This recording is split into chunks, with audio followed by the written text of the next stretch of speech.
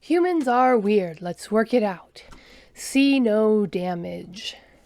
The late afternoon sunlight was turning the rolling hills a lovely shade of burnt umber. At least, that is what the human had observed several minutes ago. Gist was well aware of how much acuter the human's distance vision was than his. To his 8 eyes, the surrounding world was a vague blur that only changed color and intensity with the time of day. If he had to designate a single color for this time, it would have been the pale, searing purple of the sky. It was rapidly becoming his least favorite color. "Unpuff, little friend," human friend Steve called out from where he bent over the geological probe he was manually opening. "You know you don't fit down the access hatch when you get all freaked out." Rather than waste the oxygen and moisture contradicting everything wrong with that statement for the 5th time that work cycle, Gist hefted his backpack onto his abdomen and trotted over to the, to him, pillar of the geological probe. It was somewhat awe-inspiring to think that the Survey Corps scientists had driven this pylon, if not down to the planet's core itself, well past the mantle and into the molten inner layer. Deep beneath them, the scientific marvel of the heat-resistant base was taking detailed readings of everything from the carbon dioxide levels of the magma to the speed of the flow of the internal fluids of the planet.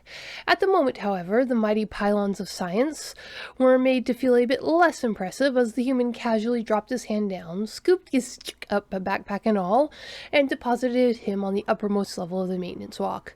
"Seriously, little dude," human friend Steve went on, "you know as well as I do that the only reason I was sent on this mission with you instead of that cute little mechanic who keeps preening her eyebrows at you is that my big old body scares away the spider-snatching vulture fish. You can chill. I don't even have to use this." The human patted the projectile weapon on his side casually. "They are just that scared of me. Even if I did have to use it, I'd have plenty of time, because they can't die worth speaking of. Plenty of time to pop one if it went crazy and decided to try for you. Did you know?" "Yes!" Gist gladly and grimly committed the normally socially unpardonable sin of interrupting a friend's conversation, partly because he was well aware this human would keep talking for the rest of the day if not interrupted, partly because he really did not want another graphic retelling of the nearly supernatural hunting powers of whatever Earth fauna was going to be compared to the vulturefish. "I am perfectly aware that on Earth there is no doubt a flying predator that can outperform the vulturefish to such an extent that its presence would no doubt give me just cause to fluff out, as you say. Please go fetch the lubricant storage vessel. We will need more than I have here." The completely unoffended human set the covering dome of the pylon down beside the main column and strolled off whistling a cheerful tune. Gist stayed puffed out. "Thank you very much." Unlike the humans, he felt no need to trade his perfectly healthy survival instincts out of himself. The air above him was full of predators that could stoop and eat him.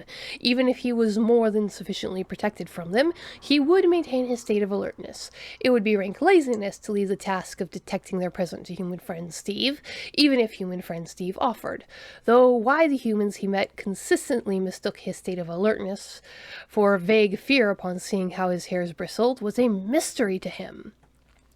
The work went fairly smoothly, and they were able to repair or mitigate the damage the raw power of the planet had done to the pylon fairly quickly.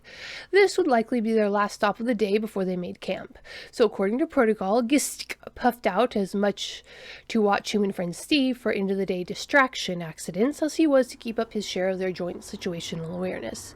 Human friend Steve had just placed the large canister of lubricant back in the transport and was ambling back to put the dome back atop the pylon when his whistling suddenly stopped. His hand dropped to his weapon and his body twisted so that his binocular eyes could track something above in the blurry distance.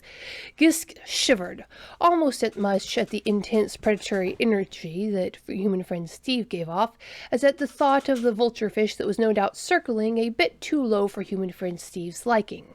Gist felt a moment of illogical irritation at the vulturefish's main food source, a low shrub that produced seeds that looked just a little too much like Trisk anatomy from the perspective of a vulturefish. Well, human friend Steve said as he resumed walking towards the pylon without turning his head away from what Gisk assumed to be the vulturefish's trajectory. I might just have to eat my words yet. Dang, if that scale-skimmed abomination wasn't eyeing you up, despite my being. His words were interrupted by a resonant boom as the tip of one boot connected with the dome of the pylon. The dome went flipping end over end away from the relatively smooth landscape with a sound that would have been rather humorous to Gisk if he hadn't been distracted by the grunt and look of acute pain that contorted human friend Steve's face. For a moment, before the human shook out the foot that had impacted the dome and started off at a brisk walk to retrieve it. "Be right back, little guy," human friend Steve called back in a pain-strained voice. Gisk assumed that, once the dome was retrieved, human friend Steve would want to begin applying first aid to his injured toes. The concept that the mere swing of a common walking gait carried enough force to damage the delicate workings of the human's motile appendage ends was a bristling concept in of itself, but stubbed toes were something Gisk had come to accept, and he scampered down the pylon to have the medical kit ready. He really should scold human friend Steve for prioritizing retrieving the dome before applying medical aid to his foot, but no doubt the sister back at base would have more than a few words for his friend on the subject. So Gisk felt comfortable letting the trained medic handle socially necessary shaming. "Do you want a painkiller?" Gisk asked as human friend Steve returned, limping, to the transport from securing the dome on the pylon. "Nah, it's not that bad," human friend Steve said as he bent to scoop Gisk up and drop him in the passenger seat. "Come on, stow that stuff and let's get back to camp." Gisk stood frozen in confusion for a moment before he pointed down to the human's foot. "But you struck the dome with more than enough force to rupture blood vessels, or possibly even crack your toe armor," Gisk pointed out, hoping to win the point by sticking to specific details.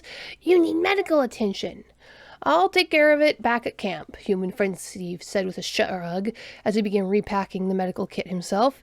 "Your foot is injured now," Gisk began. "Look," the human said with a shrug of his shoulders, "if I got to the trouble to take my boots off now, I'd have to tend to the damage, and that will get us later back to camp.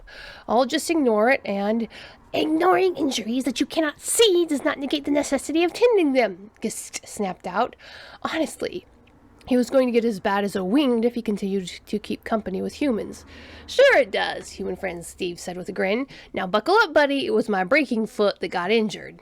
Humans are weird. Let's work it out. Available on Indiegogo for the month of October 2022. Monty Python meets Star Trek in this third book of human absurdity.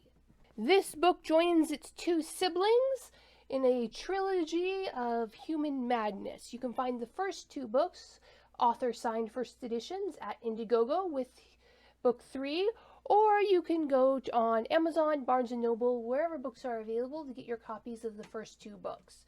Humans Are Weird, Let's Work It Out, book 3 in the series, available on Indiegogo, October 2022.